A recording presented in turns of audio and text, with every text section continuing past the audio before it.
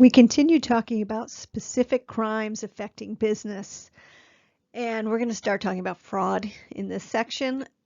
There are so many types of fraud crimes. We're not going to be able to get them all here in this section. I'm putting together the common ones affecting business. So the question is, what is fraud? Well, generally, this involves some sort of deception.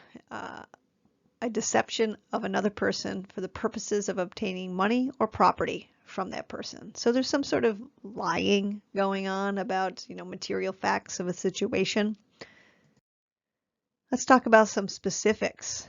Mail and wire fraud. This is a federal crime, and this is a crime to devise some sort of scheme that uses the U.S. mail, commercial carriers like FedEx, or the wire like telephone, TV, internet, telegraph, with the intent to defraud the public.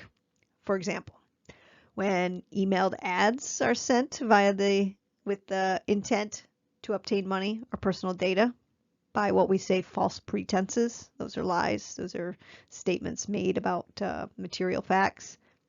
Violators can be fined or imprisoned. So using email to groups of people to the public with the intent to defraud. Phone calls. How about that? I don't know if any of you ever gotten these. This is a very common one. It usually affects the usual targets, usually elderly people. Phone calls telling you that a loved one has been kidnapped or arrested and they need funds to get home or to get out of jail. That's an example of mail and wire fraud. Getting an email that appears to have come from your boss. How about that? Or a professor asking you to buy iTunes gift cards and email them the codes. That's another type of mail or wire fraud. A bunch of other fraud crimes. Insurance fraud. This is a huge one. These are deceptive acts to make claims for insurance proceeds. We see a lot with arson. This is burning to defraud, as they call it. Where somebody burns their own property in hopes to claim insurance proceeds. They burn down the business. It's not making any money and they're in debt. They need to pay off the business debt and they turn to burning down the business. Healthcare fraud. This is another huge area. Medical professionals, they bill out for services that they didn't do, or they recommend services that a patient doesn't need in order to get insurance money. Sometimes people themselves to get healthcare or get certain sorts of treatments, lie about their ailments. That's a form of healthcare fraud. Credit card fraud. This is the use of stolen credit cards or creating or making counterfeit credit cards and using them. Credit card fraud. Securities fraud.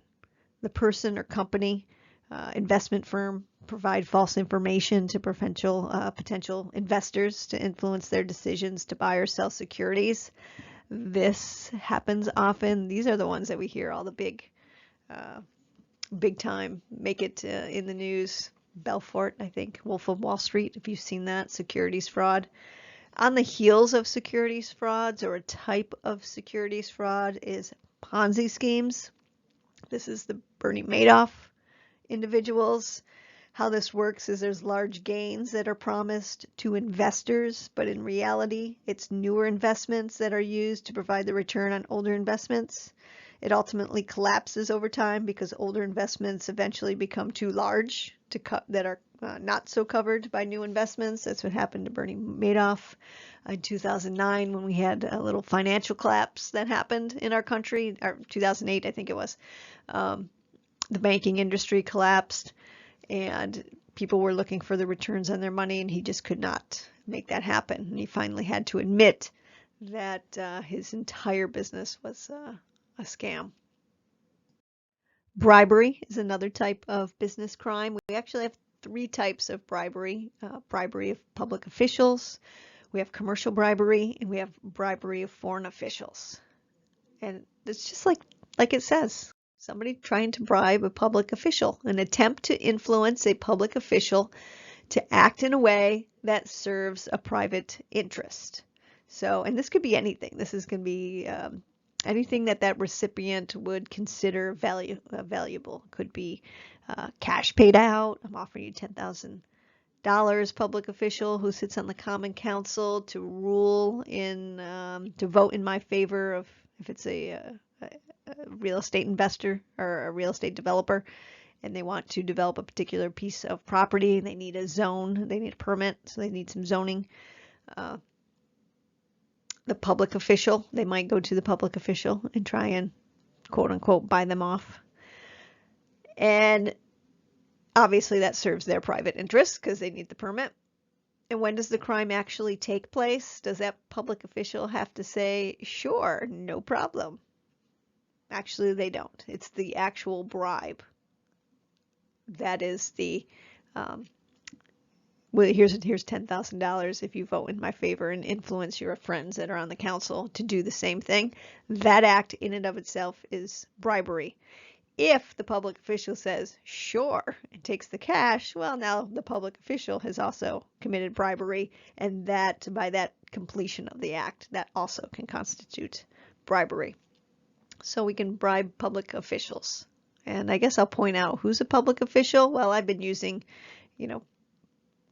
folks in the government capacity, but a judge and a district attorney, all of those folks are considered public officials for purposes of this law. Commercial bribery, this is done usually to obtain private information, trade secrets, cover up inferior products, to secure new business.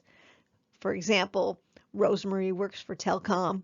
She offers Craig, who's an employee at QMC Services, Telcom's a competitor, a payoff in exchange for some sort of secret information, kickbacks, payoffs for certain services and favors that occur within businesses. That's business to business.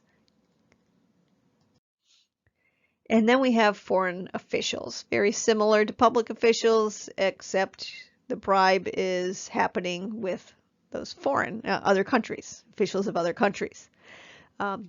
People do this to obtain, favorable business contracts in those countries. The federal government, Congress, has passed the Foreign Corrupt Practices Act, statutory law, which prohibits American companies from paying bribes overseas. So this is a federal law, not a state law. Why? Because it involves country-to-country activities. That's not going to be governed by a particular state. It's governed by the federal government. We have the Racketeer Influence and Corrupt Organizations Act, or RICO for short, as we call it. It was established in 1970. It is a federal law.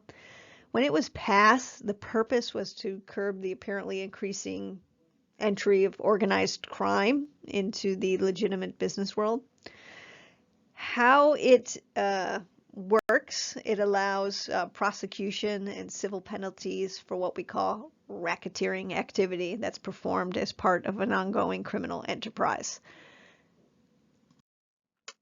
The idea itself is that there are 35 listed criminal offenses, and if at least 2 of these are being committed in the operation of what appears to be a legitimate business, it's called racketeering activity. If you think back to old time, if you ever watched a mafia movie, the mafia businesses or families own trucking companies, laundromats, dry cleaners, casinos, and they have these legitimate businesses, but on the backside of those, behind those, they were committing crimes, things like drug trafficking or smuggling weapons, kidnapping, counterfeiting. And today we still kind of have businesses that do those sorts of things, and we're looking at maybe human trafficking and bribery and wire fraud and identity theft, illegal gambling, money laundering, securities fraud, mail fraud. There's a number of things. There's 35 different crimes listed. But the gist is that these crimes and activities have little to do with normal business activities. So RICO has been, while it was kind of established for gangsters, and side note, Rudolph Giuliani, before he became who we know he is today, President Trump's attorney. Before that, he was the mayor of New York City, but even before that, he got his start as a U.S. Prosecutor. And he took down 5 or 6 of the gangster families, the mafia families using this RICO statute. So the law, if 2 or more of these offenses are committed and the goal is to 1, invest money or acquire legitimate business with criminal money, 2, maintaining or acquiring business through illegal activity, or 3, operating a business through criminal activity, then we will have a violation of RICO, or we'll call it racketeering. Someone would be found guilty of racketeering. So for example, if a stockbroker gave fraudulent advice to multiple clients and used that commission to buy advertising for his or her firm, that could violate RICO. You only need 2 or more acts of offenses and one of those goals. So the U.S. decided that they were going to use this beyond gangsters. And some of the here's 2 big cases where they used RICO. Philip Morris, that's the tobacco. There was a number of tobacco companies, but the name on the case is Philip Morris.